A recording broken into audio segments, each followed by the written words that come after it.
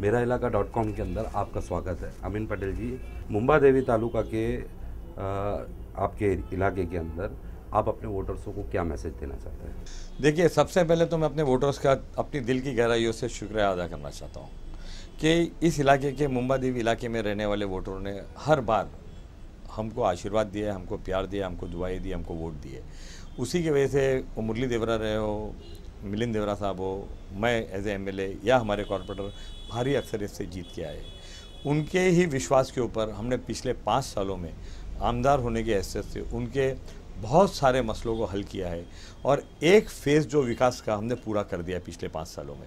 आप जैसा जानते हो कि पिछली बार जब मुंबा देवी असेंबली कॉन्स्टिट्यूंसी बनी तो उमरखाड़ी, खेतवाड़ी, नागपाड़ा, ओपेरा हाउस और मुंबा देवी, इसका एरिया जुड़ के एक नई कॉन्स्टिट्यूंसी बनी थी। और इस नई कॉन्स्टिट्यूंसी के अंदर वो बॉम्बे सेंट्रल हो, ग्रांट रोड हो, डोंगरी चैनल हो, भिंडी बाज़ार हो, गोगारी मोहल्ला हो, चोर बाज़ार हो, नागपाड़ा हो, बुलेश्वर हो, मोहम्मद अली रोड हो, पूरा एरिया के अंदर मुझको ये कहते हुए बहुत ही खुशी होती है कि एक गली ऐसी नहीं होगी जिस गली के अंदर अमीन पटेल, मिलिंद देवरा, मुरली देवरा या हमारे लोकल नगर सेवकों ने काम नहीं किया होगा। आज हर बिल्डिंग के अंदर जो रिपेयर में गई है उसको अगर हमारी ज़रूरत पड़ी हम वहाँ उनके साथ में खड़े रहे। पुरानी बिल्डिंगों की बात हो, स्कूल की बात हो, एजुकेशन की बात हो, हेल्थ की बात हो, हमने एक 5 साल के अंदर वो काम कर दिखाया जो हमसे पहले 25 साल में नहीं हुआ था।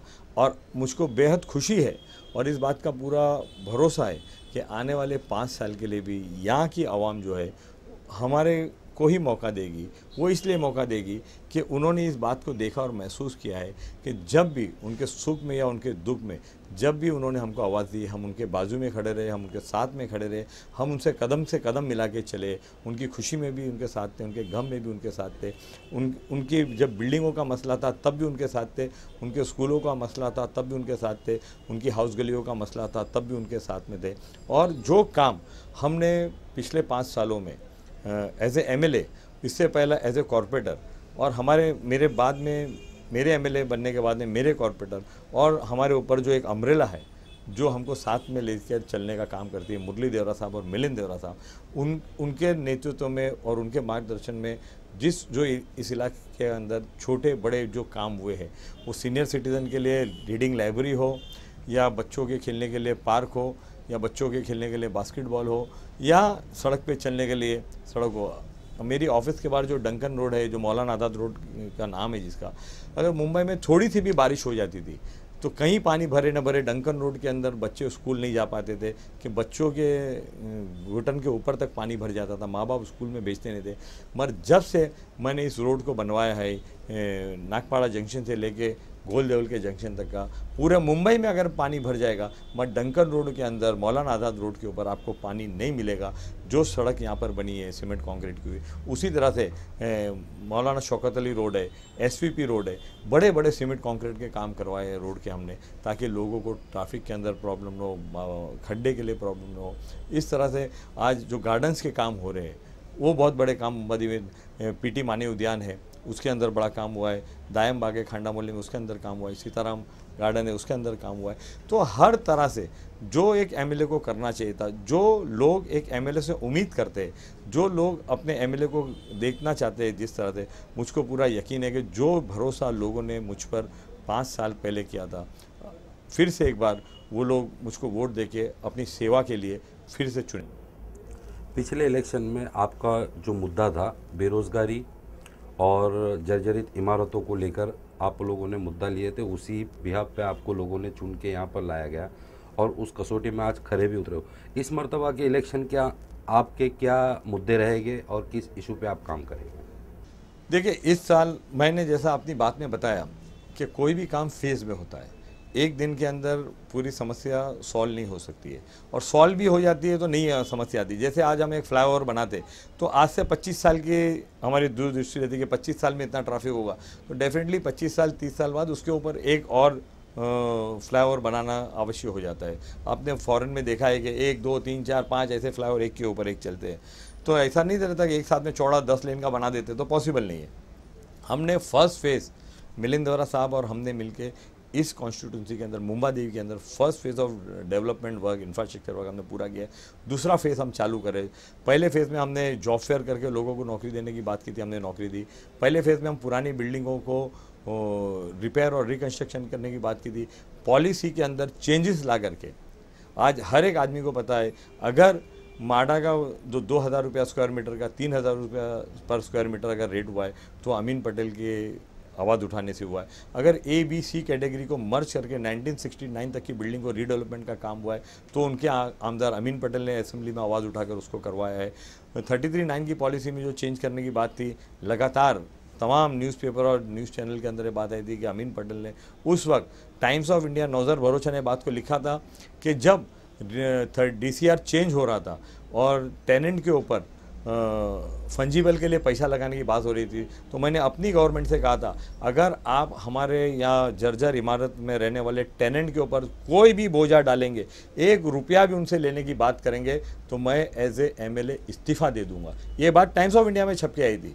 ये ऐसा मैंने जाके CM को एक कमरे में बोला और हमको उनको पता नहीं, पूरी दुनिया को पता है। किसी भी कीमत में इस इलाके में रहने वाले लोगों के ऊपर 1 पैसा भी हम गवर्नमेंट की तरफ से बोझा डालने नहीं देंगे। तब गवर्नमेंट ऑफ महाराष्ट्र ने बजट के अंदर 300 फुट के घरों पे स्टैंप ड्यूटी बढ़ाने की बात की थी, जब मैंने आवाज़ उठाई थी और फाइनेंस मिनिस्टर को अपना बजट में पेश किया हुआ प्रपोजल वापस लेने के लिए मजबूर किया था, वो मुंबा देवी का हमारे जो लोगों की बात थी वो मैंने उठाई थी। तो हर तरह का जहाँ भी हमारे मुंबा देवी के लोगों के ऊपर कोई एक्स्ट्रा टैक्स नहीं आने की बात होगी। जो हमारे व्यापारी भाई है जिनके ऊपर LBT लगाया जा रहा था, लोकल बॉडी टैक्स लगाया जा रहा था, मुख्यमंत्री से बात करके असेंबली के अंदर, आज तो आप जानते हो कि असेंबली में जो हम बात करते हैं वो सिर्फ अखबारों के माध्यम से नहीं, CD, DVD और तमाम माध्यमों से लोगों के बीच में आती है। तो आज जो हमारी DVD है, CDs है, जो लोगों ने देखी है, उसमें उसने देखा है कि जब LBT लगाने की बात थी तो हमने कहा था मुंबई के अंदर हम LBT किसी भी कीमत में सरकार को लगाने नहीं देंगे। और मुझको बेहद खुशी है कि सरकार ने हमारी बात सुनी और मुंबई के ऊपर आज तक LBT टैक्स नहीं लगा है। मुंबा देवी के अंदर ज़्यादातर जो बिल्डिंग है 70 साल से 100 साल की करीब करीब पुरानी है और ज़्यादातर बिल्डिंग एक दूसरे के साथ में जुड़ी हुई है। इस तरीके से आप जैसे कह रहे हैं कि क्लस्टर वगैरह का हम प्रपोजल ला रहे हैं, तो क्लस्टर डेवलपमेंट के अंदर वो पॉसिबल हो पाएगा इन लोगों को ज्वाइन करना? देखिए, कोई चीज़ करनी है तो उसके लिए पॉलिसी तो बनानी पड़ेगी। करना नहीं करना उस बिल्डिंग में रहने वालों के हाथ में। हमारी इच्छा ये रहेगी कि आज जो लोग 80 फुट, 100 फुट, 120 फुट के घर में रहते हैं उनको तकरीबन 400-500 फुट का घर मिले। नई क्लस्टर पॉलिसी जो आई है उसके अंदर 400 फुट से भी बड़े घर दिए जाएंगे। आज 400 फुट का कारपेट घर एक अच्छा सा 2 बेडरूम या 1.5 बेडरूम का एक फ्लैट बन जाता है। एक अच्छा बिल्डिंग, जब जाहिर से बात है 7 माले की बिल्डिंग और 22 माले की बिल्डिंग हो जाती है, उसके लिए गवर्नमेंट ने बिल्डर के ऊपर ये मैंडेटरी कर दिया है, कंपलसरी कर दिया है कि उनको उस बिल्डिंगों के लिए कॉर्पस देना पड़ेगा ताकि आने वाले सालों के लिए उनको कोई नया पैसा एज ए मेंटेनेंस नहीं देना पड़े। जो आज टेनेंटेड प्रीमाइसेस में लोग रहते हैं, भाड़ू लैंडलॉर्ड का अगर घर बेचते हैं तो उनको 25% 30% देना पड़ता है। जब बिल्डिंग रीडेवलपमेंट हो जाएगी तो वो लोगों को ओनरशिप का अपना घर मिल जाएगा। ये काम गवर्नमेंट ने किया है, ये काम इनके आमदार ने किया है। तो इसके वजह से मुझको पूरा यकीन और भरोसा है कि आने वाले दिनों में जो काम हमने लोगों के लिए किया है, जो पहला फेज़ जो हमने इम्प्लीमेंट किया है, दूसरे फेज़ के लिए, सेकंड इनिंग के लिए, जैसे क्रिकेट में एक इनिंग होती है, सेकंड इनिंग होती है, उस तरह से पहले इनिंग में हमने अच्छा स्कोर किया है, सेकंड इनिंग के लिए लोग हमको वापस से मैदान में भेजेंगे। इसके लिए आपने कोई लोगों से कोई मीटिंग वगैरह करके या कोई अवेयरनेस का प्रोग्राम किया है जिससे लोगों को पता चले कि हम छोटी इमारतों में रहते हैं, हमको इस क्लस्टर में ये फ़ायदा है, ये नुकसान है? बहुत सारे लैंडलॉर्ड्स को हमने इकट्ठा किया है, उनको समझाया है कि आप शॉर्ट टर्म फ़ायदा मत देखिए, लॉन्ग टर्म फ़ायदा देखिए। बिल्डिंग गिरती है, आपको भी इसमें सज़ा हो सकती है। टेनेंट को हमने समझाया है कि आपको छोटा घर है, आपका भाड़े का घर है, आपको ओनरशिप का घर मिल रहा है, 100 फुट के बदले 400 फुट का घर मिल रहा है। तो आप देखोगे कि जैसे इमामबाड़ा में BIT में आप देखिए 700 घर का एक प्रोजेक्ट वो पूरा होने आया और 500 लोगों को अपने घर की चाबी मिल गई है। और भी यहाँ पर बिल्डिंग्स है जो बनी है, जो लोग अच्छे अच्छे घर में रहने चले गए। तो उसी तरह से एक बिल्डिंगों के अंदर जब रीडेवलपमेंट होगा तो लोगों को उसका फ़ायदा होगा। आप चाहते हैं कि लोगों को भी आपका सहकार देना चाहिए? देखिए, जिस तरह आज परेल वगैरह में देखिए, आज से 10 साल पहले वो क्या था, और आज हमारे इलाके में देखिए हमें ऐसा लग रहा है जैसे हम झुपड़पट्टी में आ गए। देखिए ऐसा है कि कोई भी चीज़ के डेवलपमेंट में ताली दो हाथ से बजती है। मैं कितना भी हाथ हिलाते रहूँगा, जब तक आप हाथ आगे नहीं बढ़ाएंगे, मेरा हाथ पकड़ोगे नहीं, मैं आपके साथ में चल नहीं सकता हूँ। हमारा काम है पॉलिसी बनाना, गवर्नमेंट को मजबूर करना कि जो चीज़ हमारे इलाके के लिए ज़रूरत है उसके लिए उस तरह का टेलर मेड, कोई आदमी पतला रहता है, कोई आदमी मोटा रहता है, कोई आदमी लंबा रहता है, कोई आदमी छोटा रहता है, तो टेलर उसी हिसाब से कपड़े बनाता है।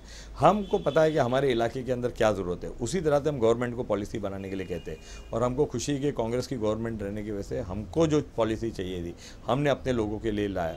और मुझको अपने इलाके के लोगों के लिए भी पूरा भरोसा है कि जो स्कीम हमने इनके लिए लाई है उनका वो पूरा फ़ायदा उठाएंगे। फिर वो हाउसिंग के लिए हो, फिर वो एजुकेशन के लिए हो, कि वो राजीव गांधी जीवनदायी योजना हेल्थ के लिए हो, या ब्लड ऑन कॉल हो, या 108 की एम्बुलेंस सर्विसेज हो, या हमारे यहाँ जो हाजी अब्दुल रहमान शाह बावा के अंदर जो ITI का हाजी अब्दुल रहमान शाह बावा के नाम से जो ITI बनने जा रहा है उसके अंदर कोर्सेज करने की बात हो, वो सब लोग उसका फ़ायदा उठाएंगे। और ये कॉन्स्टिट्यूंसी आने वाले दिनों के अंदर कोई, मैं 1 साल 2 साल 5 साल में कुछ नहीं कर सकता हूँ।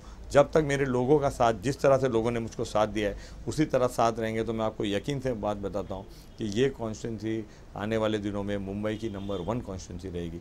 मगर ये तो डेवलपमेंट को लेके, मगर ये कॉन्स्टिट्यूंसी मुंबई की नंबर 1 कॉन्स्टिट्यूंसी रही है जहाँ तक कांग्रेस की बात है, जहाँ तक यहाँ के लोगों का सवाल है, लोगों के प्यार मोहब्बत आशीर्वाद और वोट का सवाल है। हर बार मुंबा देवी के लोगों ने हम पर भरोसा किया और मुझको बेहद खुशी है कि हम उनके भरोसे पे खरे उतरे। उन्होंने जो हम पे उम्मीद लगाई है, हम उनकी उम्मीद पे खरे उतरे। पिछले इलेक्शन में भी लोग कांग्रेस से नाराज़ थे, लेकिन आप से मोहब्बत थी, आपके नाम पर लोगों ने वोट दिया है। मैं आपकी बात से सहमति नहीं रखता हूँ।